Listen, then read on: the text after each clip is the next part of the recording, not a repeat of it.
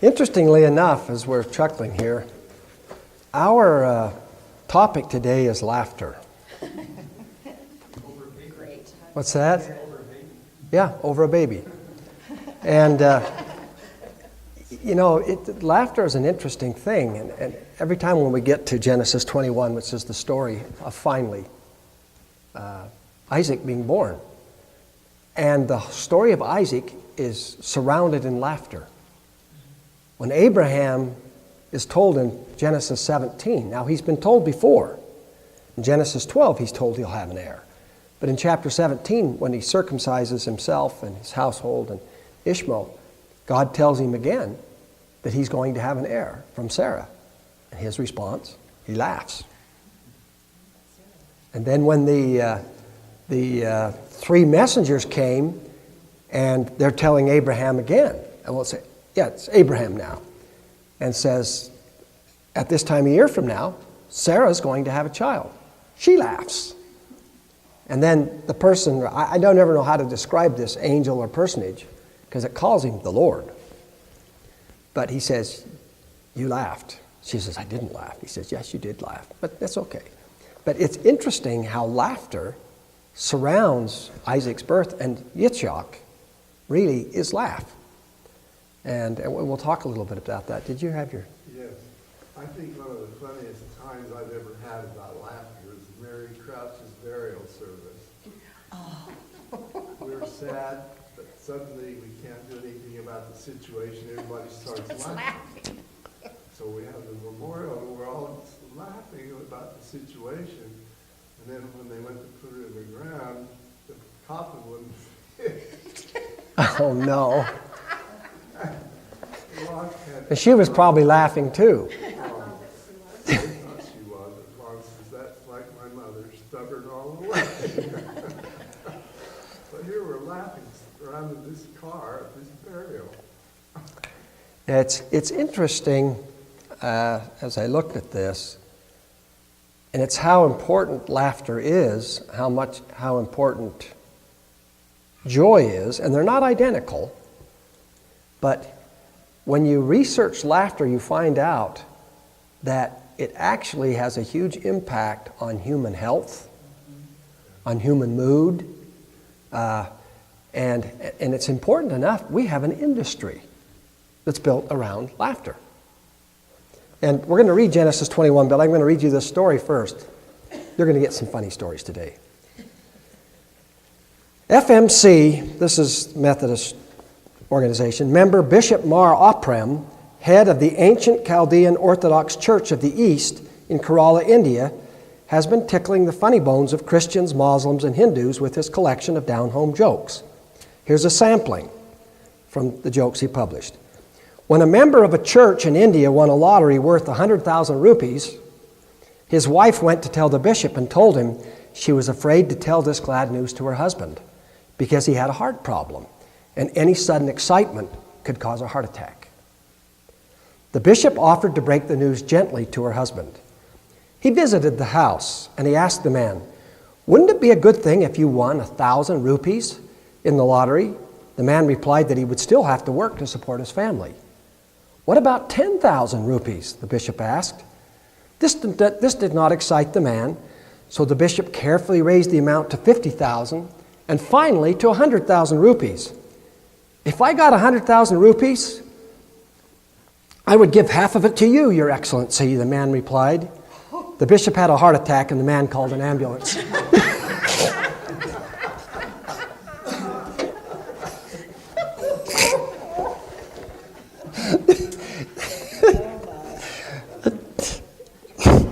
I'm sorry, that made me laugh every time. Okay, let's. And I loved another one too. It was a very august, somber meeting, and they asked one of the pastors to get up and pray. And he started off and he was going to say, "We are weak and puny men before you." And he said, "We're puke and weenie."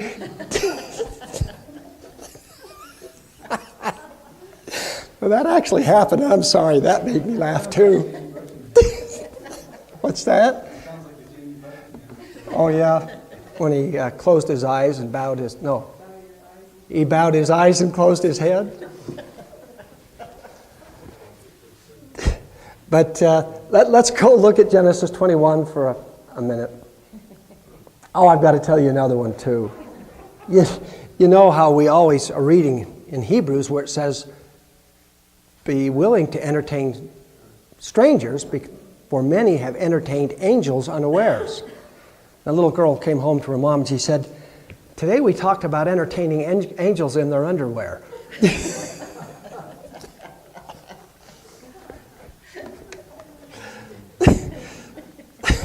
What's that? Another funny one was in Parton when, I forget his name, was praying and he kept saying, we are a lining shite. A lining shite. A lining shite. A shining light. The whole group person. Well, you know who's at least credited with Spoonerisms? It's Professor Spooner. I've got a few of those for you, too. I still think puke and weenie men is pretty good. You might think the bad thing about Spoonerisms, they keep bubbling up when you don't want them to. You're sitting there and something. But Genesis 21, we'll read this, and one of the things, you already know this, but laughter comes, a lot of humor is because it's unexpected. Another thing that makes us laugh is tremendous relief. You know, when something that we've yearned for is finally realized. And that's a lot of what happens here. I think it's probably hard for us to imagine, and yet we can, that all these years they've been believing that God would give them an heir, but now Abraham's 100 and Sarah's 90, and you know, it's beyond their belief. So Genesis 21:1, then the Lord took note of Sarah as he had said, and the Lord did for Sarah as he had promised. So Sarah conceived and bore a son to Abraham in his old age, at the appointed time of which God had spoken to him. So right off the bat, when was Isaac born? When he was supposed to be. Have you ever noticed that our appointed time and God's appointed time are not always identical? And we need to get on God's page because he's not going to change for us. Abraham called the name of his son who was born to him, whom Sarah bore to him, Isaac. And in Hebrew, Yitzchak. And it's just laughter. Then Abraham circumcised his son Isaac when he was 8 days old, as God had commanded him. Now Abraham was 100 years old when his son Isaac was born to him. Sarah said, God has made laughter for me. Everyone who hears will laugh with me. And she said, who would have said to Abraham that Sarah would nurse children? Yet I have borne him a son in his old age. The child grew and was weaned, and Abraham made a great feast on the day that Isaac was weaned. Now Sarah saw the son of Hagar the Egyptian, whom she had borne to Abraham, mocking. The interesting thing, in Hebrew, this is not mocking, it's laughing. It's the same exact word. And one of the things we know is that there's a huge difference between laughing with or laughing at. In fact, humor is a wonderful healing thing. We need to be very careful when our humor becomes at someone. If our laughter comes at someone else's humiliation, their shame, being despised, it's not good. And yet, this is one of the things that you kind of notice is one of the things that has happened to humor in our country. Very often, it's totally at the expense of someone. And you notice in this story, laughter has been a good thing until we get here, and Ishmael is making fun of the baby. Now Sarah saw the son of Now Sarah saw the son of Hagar the Egyptian, whom she had borne to Abraham, mocking. Therefore she said to Abraham, drive out this maid and her son, for the son of this maid shall not be an heir with my son Isaac. And this is a very big part of the book of Galatians. The son of the slave woman will not share the inheritance of the son of the free woman. The matter distressed Abraham greatly because of his son. But God said to Abraham, "Do not be distressed because of the lad and your maid. Whatever Sarah tells you, listen to her. For through Isaac your descendants shall be named. And the son of the maid I will make a nation also, because he is your descendant." So Abraham rose early in the morning and took bread and a skin of water and gave them to Hagar, putting them on her shoulder, and gave her the boy and sent her away. And she departed and wandered about in the wilderness of Beersheba. When the water in the skin was used up, she left the boy under one of the bushes. Then she went and sat down opposite him about a bow shot away, for she said, "Do not let me see the boy die." And she sat opposite him and lifted up her voice and wept. God heard the lad crying, and the angel of God called to Hagar from heaven and said to her, "What is the matter with you, Hagar? Do not fear, for God has heard the voice of the lad where he is. Arise, lift up the lad and hold him by the hand, for I will make a great nation of him." Then God opened her eyes, and she saw a well of water, and she went and filled the skin with water and gave the lad a drink. God was with the lad, and he grew, and he lived in the wilderness and became an archer. He lived in the wilderness of Paran, and his mother took a wife for him from the land of Egypt. It goes on and talks about some issues that Abraham had with Abimelech, which after the last chapter and the thing with Sarah, you'd think that Abraham and Abimelech would avoid each other. But the thing that I already mentioned this, the patriarchs, Abraham, Isaac, and Jacob, are considered the foundation of our belief. That's, in fact, if you say the patriarchs to either Jews or Christians, the patriarchs are Abraham, Isaac, and Jacob. And each of them have a particular role to fill. And Isaac, for whatever reason, we see pictures of Yeshua, Jesus, but Isaac becomes a very strong picture of him when God asks Abraham to offer him up. And so in some sense, Isaac is a picture of Yeshua, of Jesus. And so this whole concept of laughter and laughing, I've been thinking about it because the Bible just trickles these hints out, like I said. In fact, I'll read them so you're aware of them. Genesis 17:17.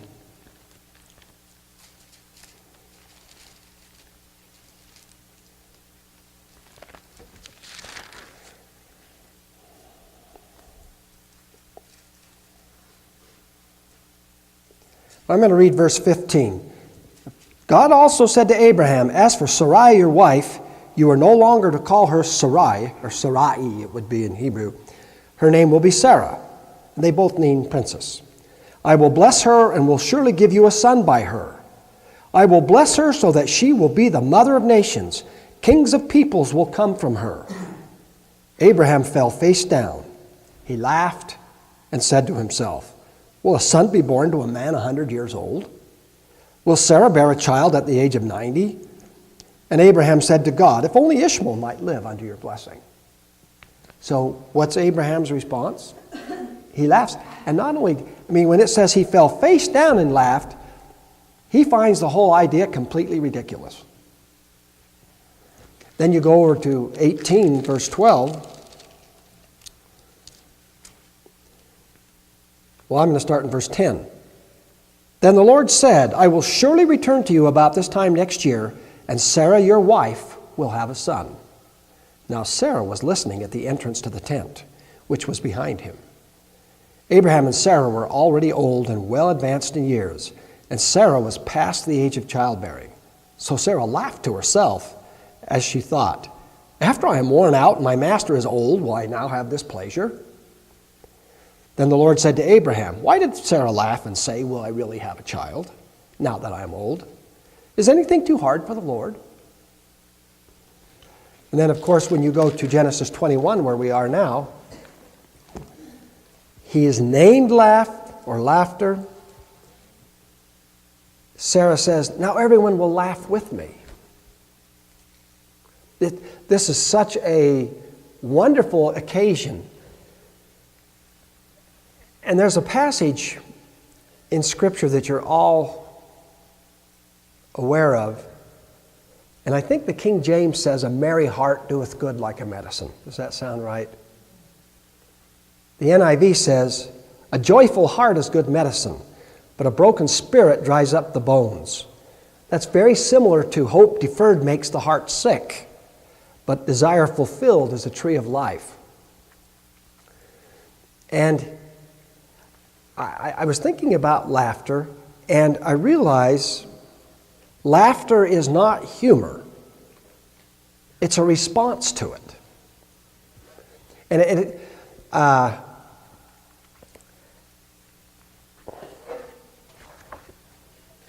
going to read you a couple more things. But have you ever thought of the fact, I talked about this, I think, 3 years ago when we were on this passage, but if you've never done it, you can go online and find the story of Norman Cousins, who was the editor of what's that magazine, Teresa? The Saturday Evening Post. And he got a degenerative kind of arthritis, and there was nothing they could do for it. And they told him that what you need to do is just prepare to die. Your body, you're in a degenerative state, and the degeneration is just increasing.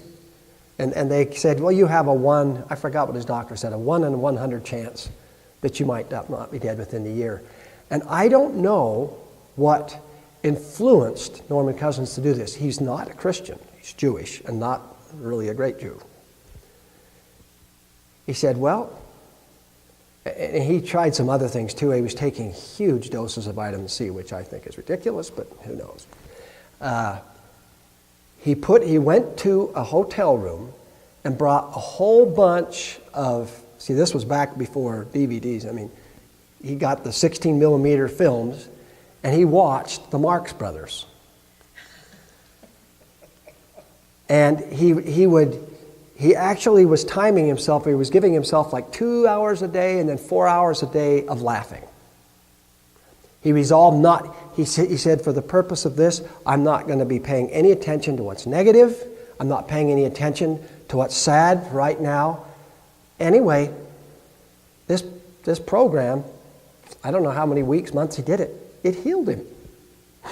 It's famous in the annals of medicine because, and he lived, 20, 30 more years.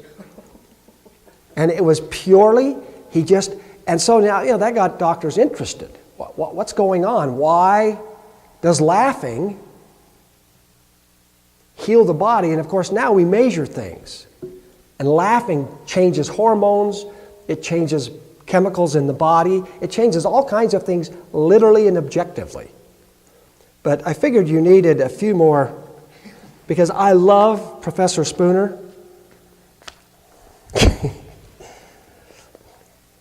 He once told the rector, "The vicar knows every crook and nanny in the parish."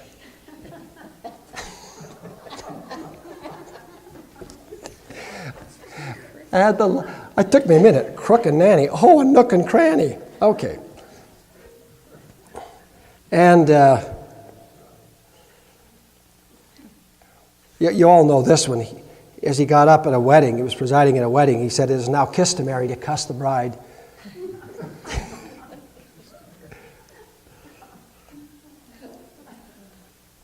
Yeah, and he was teaching history. One of his students was not doing very well.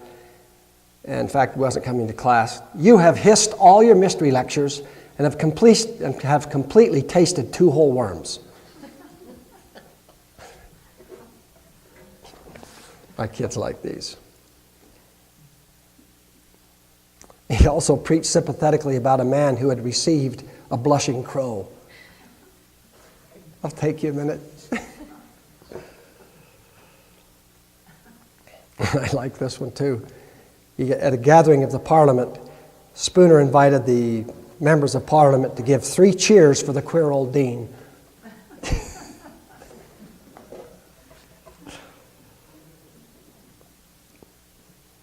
Then he went to see the dean of Christ Church, and he asked the secretary, "Is the bean dizzy?"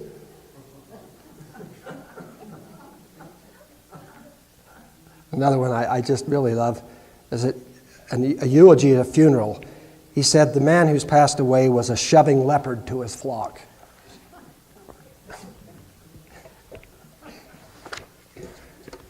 Jerry? Betsy told me when we were in high school together, she said she got a job doing secretary work, and she had to go and toast the totals. She had to toast the podal, huh?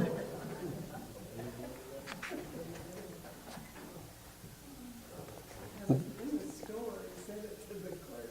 Pushing Teresa in the stroller, and I thought, well, I better look like I might be a secretary or something. And so I'm explaining I needed a ledger paper that was quite wide, so I entered the things and toast the poles. Yeah, always that look on people's face. Huh? And this one would fit the way the heat they've had lately in Arizona. It's said that it's hard for churches in Arizona to motivate people with thoughts of the future life because it's so beautiful here in the winter that hell has no attraction. And in the summer, it's so hot here that hell doesn't scare them.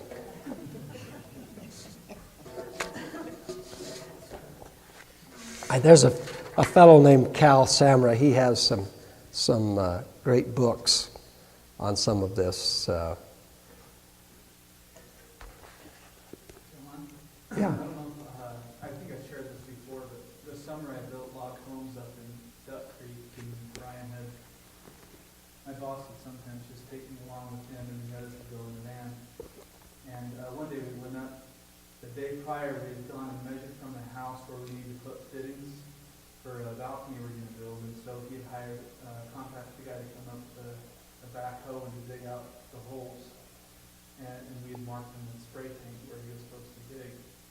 So we went up to check to make sure he'd done it right, and he did not.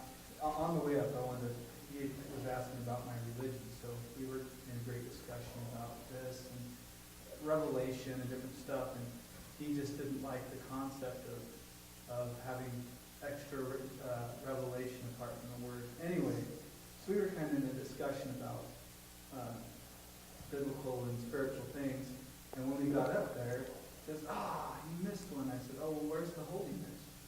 And he looks at me, and just the look on his face, and then I realized he thought I was asking him, where's the whole mist? Not the whole he missed, but where's the holiness? And he just looked at me. You're a holy mist. Before you leave laughter, I read an article on a medical thing about what laughter is, and it's almost impossible to laugh if you don't have air in your lungs and release it in short bursts. That's what laughter is. Every time you laugh, you don't just say one big or something. It's it's always bursts of air that come out of your throat. That's what makes laughter. You know, and the interesting thing, when they looked at laughter, is that humans are the only ones that do it, except some primates. You will see gorillas and chimpanzees laugh. I'm not sure about parrots. Sometimes I think they're way dumber than they act, and other times I think they know a lot more than they're letting on. In all seriousness, we understand great joy. If you've watched the Olympics at all, when you see a person or a team that achieves a lifelong goal, the sheer exuberance, the laughter, they're realizing a goal.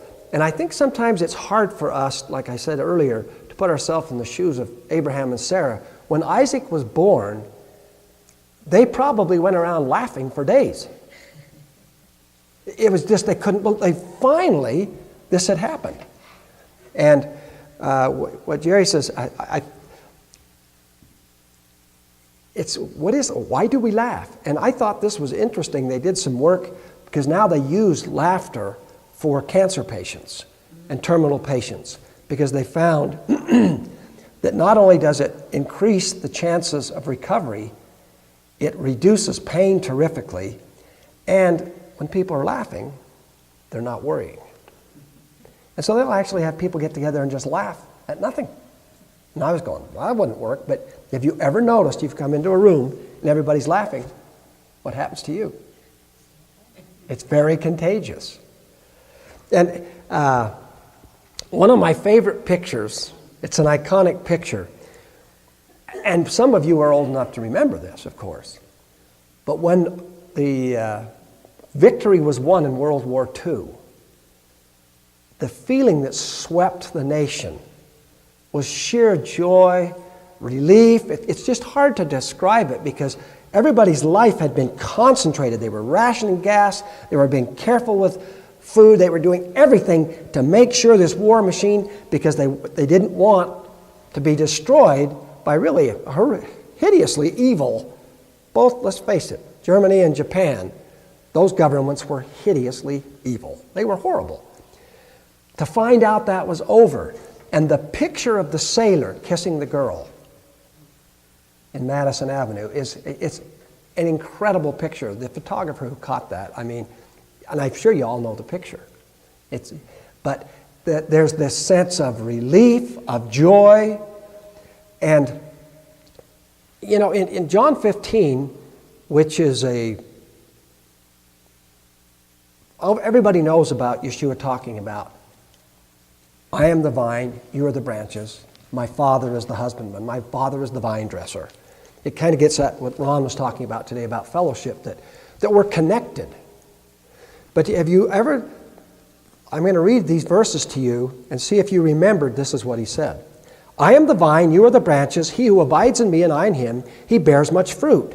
For apart from me, you can do nothing. And in that analogy, you absolutely know it. If you cut a limb off of the vine, it's going to dry up and die. Its only chance of bearing fruit and staying alive is being connected to the vine. So Yeshua is saying this. Kai and I were talking about this the other day. I think humans forget this. Anything you do comes from God. You don't have a power. You don't have an intellect. You don't have anything that didn't come from God. Which one of us sitting here has one attribute that came from us? I mean, it's funny how we are as people. We'll start thinking, well, look how great I am. Well, apart from me, you can do nothing. And that's literally true. The problem is that when we think we're doing it on our own, we separate ourselves from our life source. If anyone does not abide in me, he is thrown away as a branch and dries up, and they gather them and cast them into the fire, and they are burned. If you abide in me and my words abide in you, ask whatever you wish, and it will be done for you. My Father is glorified by this, that you bear much fruit, and so prove to be my disciples. Just as the Father has loved me, I have also loved you. Abide in my love. If you keep my commandments, you will abide in my love, just as I have kept my Father's commandments and abide in his love. These things I have spoken to you, so that my joy may be in you, and that your joy may be made full. I've always thought one of the funniest things that happens to us as Christians is when we get so serious about our faith, the last thing people associate us with is joy.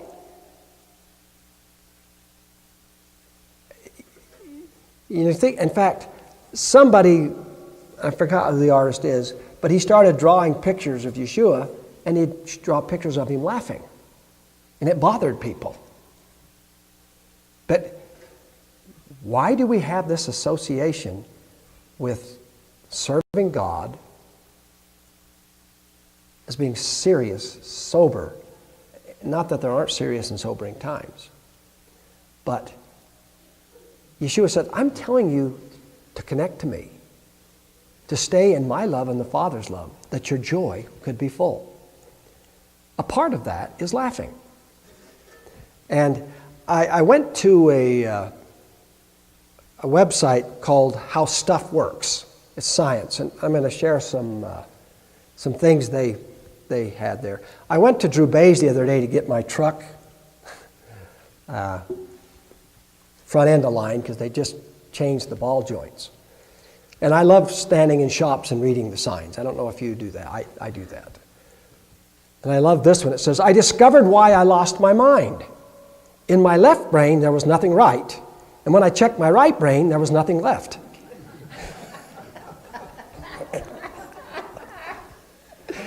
That had me chuckling all the way home. And Johnny will appreciate this one, because this is a story about Bill Gates and the head of General Motors. They met for lunch, and Bill was going on and on about computer technology.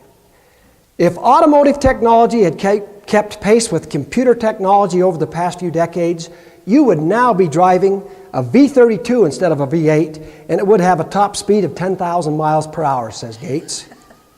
Or you could have an economy car that weighs 30 pounds and gets 1,000 miles to a gallon of gas. In either case, the sticker price of a new car would be less than $50. Why haven't you guys kept up? The president of GM smiles and says, because the federal government won't let us build cars that crash 4 times a day.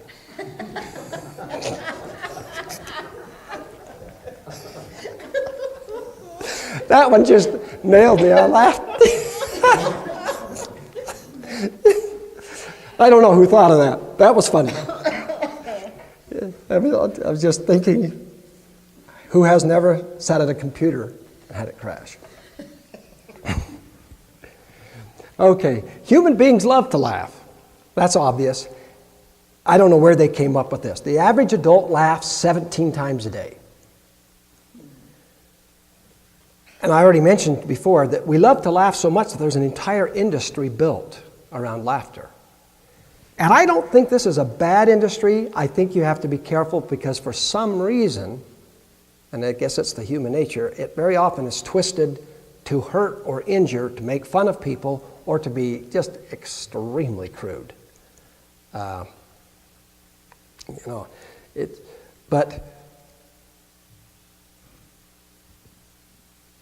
it says laughter is actually a complex response that involves many of the same skills used in solving problems.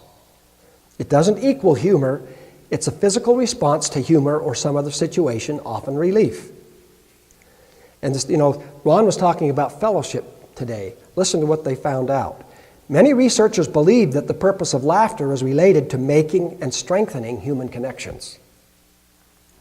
Laughter occurs when people are comfortable with one another, when they feel open and free. And the more laughter, the more bonding within the group. I thought that was quite interesting.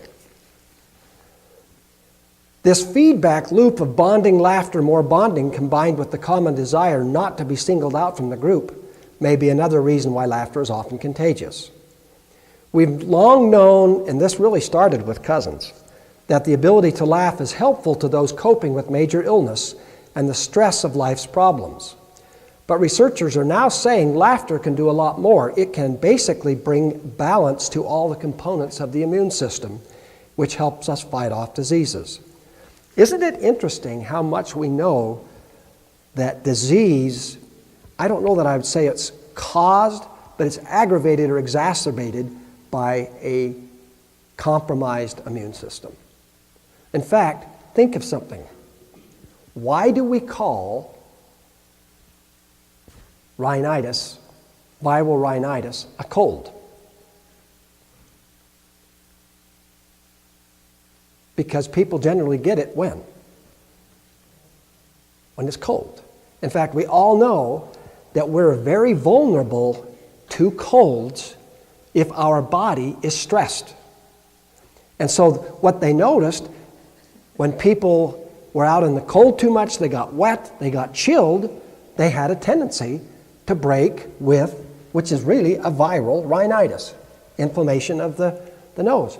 Well, it's the silliest name you ever heard of, except it just reminds us that disease is very connected to immune function.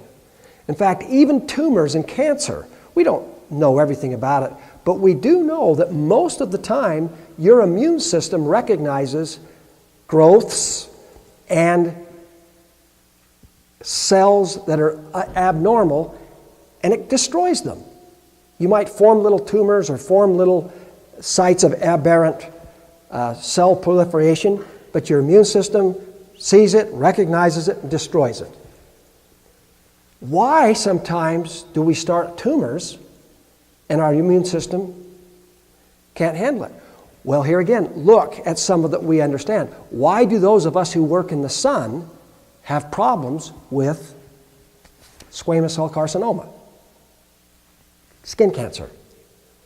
Because the constant abuse of our skin affects the oil, and we'll start seeing these tumors form. I mean, it's almost impossible to be out in the sun all the time if you don't have some kind of protection, and your body will have a reaction. And it's because you give it more than it can handle. Now, if you look at your emotional, spiritual self, it's no different. And sometimes, it's like now you'll notice people, they'll wear hats, they'll cover their ears. Like Ben, he'll usually wear a cowboy hat. I can't stand the things. They blow off, but I'm paid for it. I don't see my ears. And in our spiritual, emotional selves, it's the same way. Sometimes things are going on in our lives that create tremendous stress, tremendous tension. And what they're finding out here is intentionally laughing, intentionally taking time out to be joyful is good for you. And it bothered a lot of people that in some meetings, and I've seen it phony, but I've also seen it completely genuine, the Holy Spirit would fall on people and they would start laughing.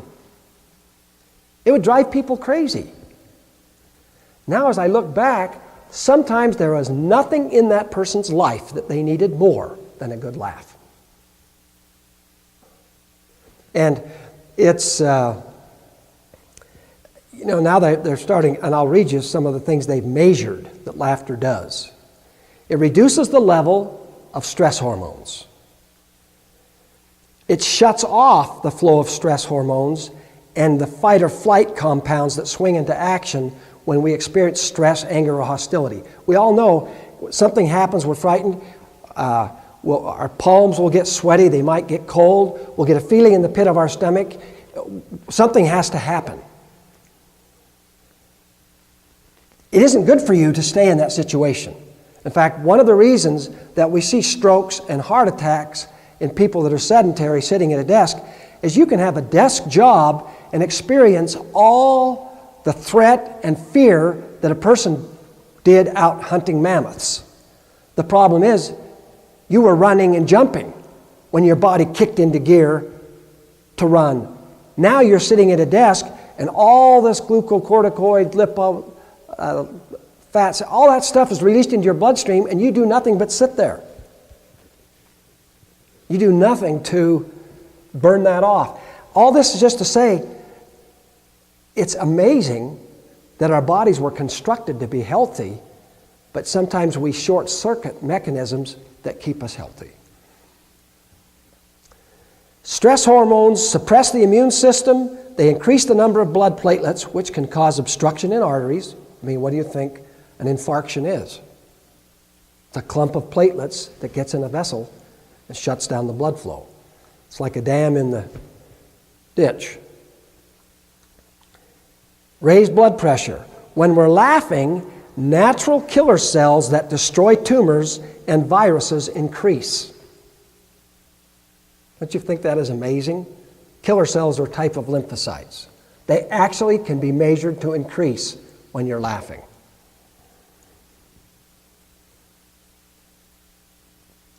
Gamma interferon, anybody that studied viruses, you know that one of the ways our bodies fight viral diseases is we produce interferon. That also goes up with laughter. T cells, B cells, these are both things that make immune compounds. This is the thing I thought was really almost humorous, really. What may surprise you is the fact that researchers estimate that laughing 100 times is equal to 10 minutes on the rowing machine or 15 minutes on the exercise bike. Laughing can be a total body workout.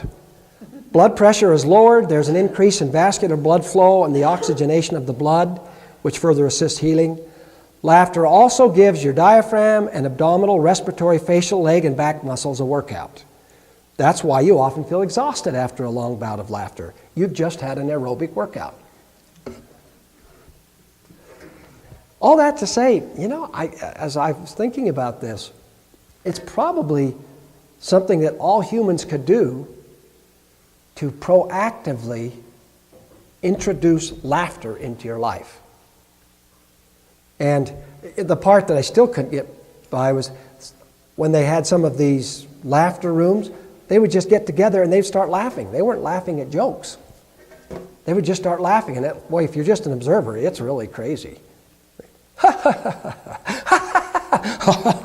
And,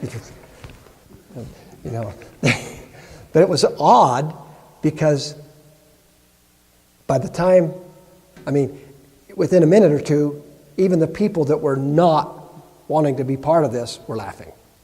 They couldn't stop themselves. It's very contagious.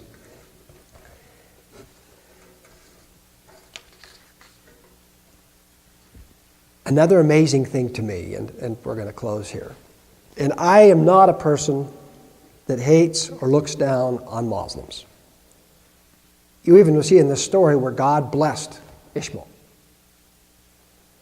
But here's something for you to think about. Something that you don't even need to go to the internet to give me the answer. What people group, percentage-wise of the population, produces the most humorists and comedians? Jews. Not close. Not close. Really? What I'm saying is there's no other people group within a million. No one is even close. Youth are all Jewish.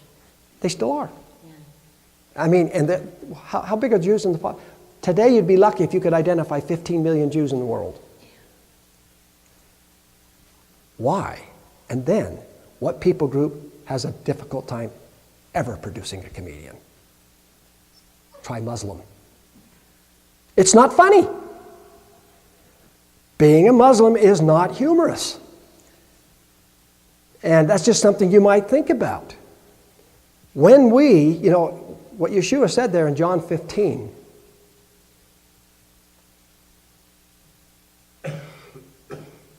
his desire was that we be connected to him, that our joy could be complete.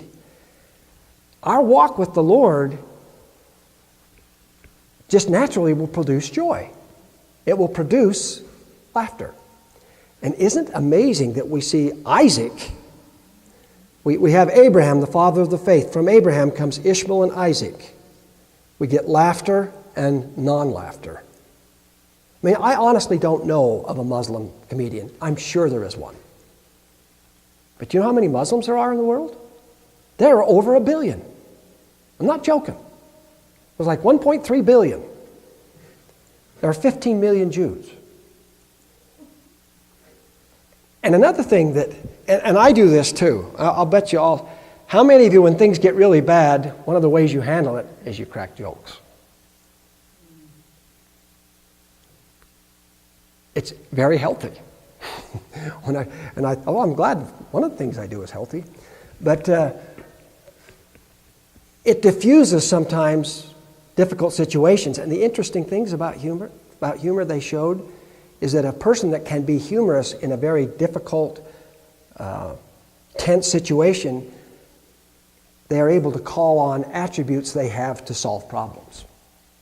The inability to laugh can put us in a situation where we're panicked and we can't think. So you might just, it's not bad to laugh. There are inappropriate times to laugh, and I've definitely done that.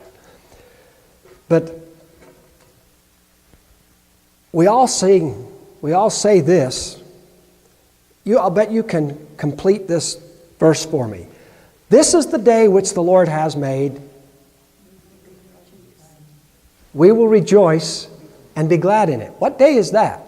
What day of the week is the day the Lord made?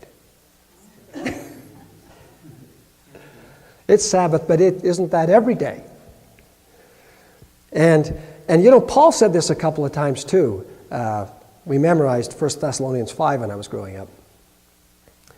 But Philippians 4, rejoice in the Lord always. Again, I will say, rejoice. And I got thinking about it and thinking, we have so much to be grateful for and to be thankful for and to be happy about. And it was interesting that, I was preparing for this and looking at different things that make you laugh. And I got up this morning and went to the dairy, and not one thing at the dairy made me laugh. Have you ever set up a pattern for what you're going to do, and based on your past experience, your plan's a good one? I had a couple of heifers that needed to have embryos put in, another one that needed to have shots. I went down there. The heifer that was supposed to have shots was in heat. She wouldn't come near the manger. Of the two I was supposed to put an embryo in, one said, "I'll die before I'm going in to get caught." And it's like immediately my plans are... And I realized I was irritated because I was trying to get done so I could come to church.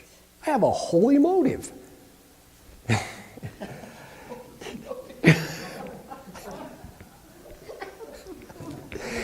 And what I realized is God was putting me on the test. Could I laugh about it because it wasn't the end of the world? Is no one else like this? When you have things all laid out and it's got to go just according to plan for you to get where you're supposed to be, and it doesn't. It's like, God, you didn't come through. I had this planned out perfectly. What are you doing? It never goes away. Well, the thing that I thought was funny is I just heard the Lord just say as plain as, I thought we were practicing laughing in these situations. And my reaction is, not this one. And it was good because then I remembered, God's still on the throne. I still live in a wonderful place. Everything's fine. I just didn't get everything I wanted.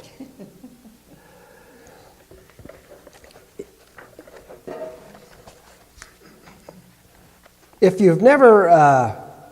I do think it's a good thing to find things that make you laugh. Like me, one of the favorite things I do, and I haven't done it for a while, it's about time to do it again. It's read the books by Patrick McManus. And he even wrote a book on how to write, and he can't write. It's a wonderful educational book. But he can't write without just making me die laughing. But find something that helps you laugh. And I'm going to finish with Spooner, who you just have to love him. He got up in a sermon and he warned his congregation, "There's no peace in a home where a dinner swells."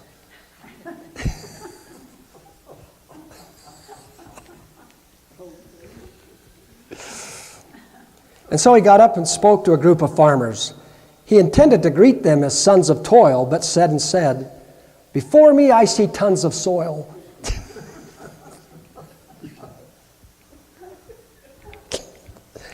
I would have liked to have known this man. I would like to answer, "Pardon me, madam, you are occupying the wrong pie, and I should sell you to another sheep." Yeah, that's Spooner.